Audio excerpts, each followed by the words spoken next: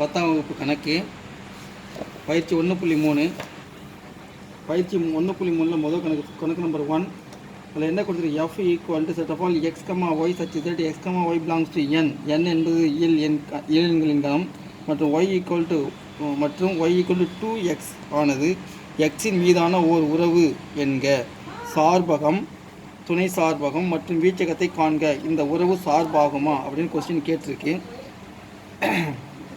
இப்போ இந்த கொஸ்டினில் n என்பது இயல் எண்களின் கணம், அதுலேருந்து y ஈக்குவல் டு 2xங்கிறது இரட்டப்படை எண்களாக இருக்கும். ஓகேவா?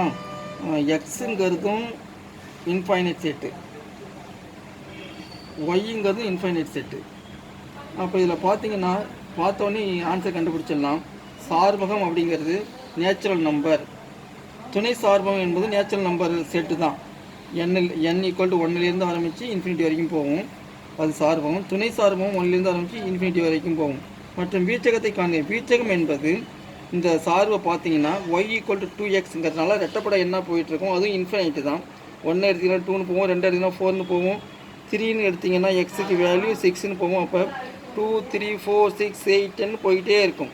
அப்போ வீச்சகமும் இரட்டைப்படை எண்கள் 2லேருந்து ஆரம்பித்து 2, 3, 4, 6, 7, 6, 8 அப்படின்னு போயிட்டே இருக்கும். இரட்டைப்படை எண்களாக போகும். இந்த உறவு சார்பாகுமான்னு கொஸ்டின் கேட்டிருக்கு.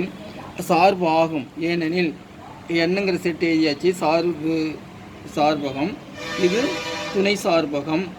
ஓகேவா? சார்பகம்னு பார்த்தீங்கன்னா 1லேருந்து ஆரம்பித்து n வரைக்கும் போகுதா. துணை சார்பகம் 1லேருந்து ஆரம்பித்து இன்ஃபினிட்டி வரைக்கும் போகும். வீச்சகம் அப்படின்னு கேட்டிங்கன்னா இந்த n கூட தொடர்பில் இருக்கிற அந்த உறுப்புகளை எழுதணும்.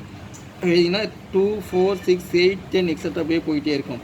இல்லை சார்பகத்தில் உள்ள ஒவ்வொரு உறுப்புக்கும் துணை சார்பகத்தில் உள்ள ஏதேனும் ஒரு உறுப்போடு தொடர்பில் இருக்குங்கிறதுனால இது சார்பு ஆகும்.